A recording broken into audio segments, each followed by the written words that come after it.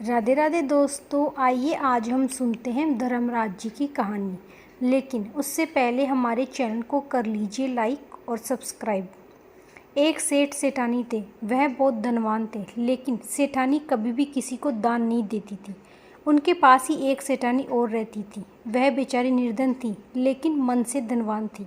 वह रोजाना सुबह उठती, नहा धोकर मंदिर जाती, मंदिर में पूजा अर्चना करती, बड़ पीपल, केला, कदम, आंवला, तुलसी सबको सींचती और पूजन करती, परिक्रमा करती, दीपदान करते हुए सारी देवी देवताओं की कथा कहानी सुनती, धर्मराज जी की कहानी भी सुनती।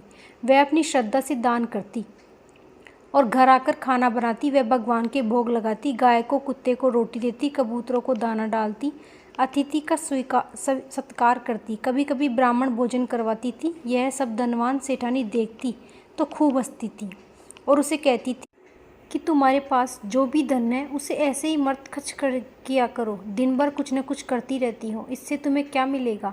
यह सब तुम क्यों करती हो? ऐसा बोलकर उससे मजाक बनाती थी और खुद कुछ भी कार्य धर्म पुण्य की नहीं करती थी।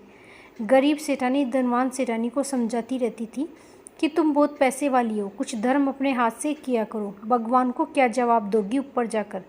तुम्हारा धर्मराज जी लेखा जोखा लेंगे और तुम्हें सजा मिलेगी। लेकिन धनवान सेठानी तो उसकी हर समय मजाक बढ़ाती। थोड़े दिनों बाद दोनों का भगवान के घर से बुलावा आ गया। अब दोनों जाने लगी तो धर्मात्मा सेठानी के लिए तो विमान आया। वह विमान में बैठकर बैकुंठ गई और धनवान सेठानी को यम के दूत मारते हुए ले गए।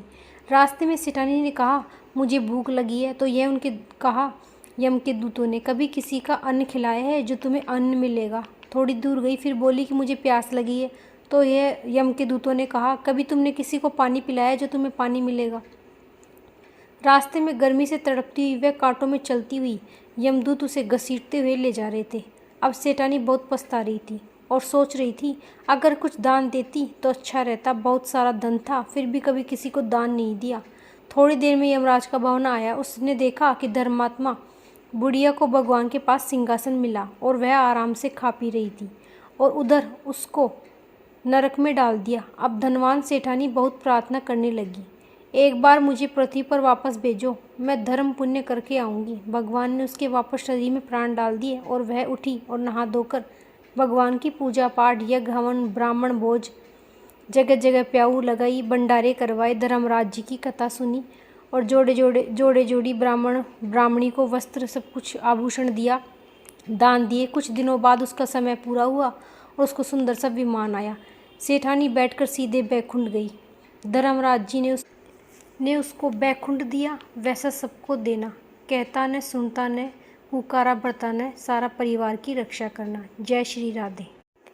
अगर आपको हमारे द्वारा दी गई जानकारियों और कथाओं और कहानियों को पसंद कर रहे हैं तो हमसे जुड़ें और हमसे जुड़ने के लिए हमारे चैनल को सब्सक्राइब करें, लाइक करें और शेयर करें तथा कमेंट में जय माता दी जरूर लिखिए।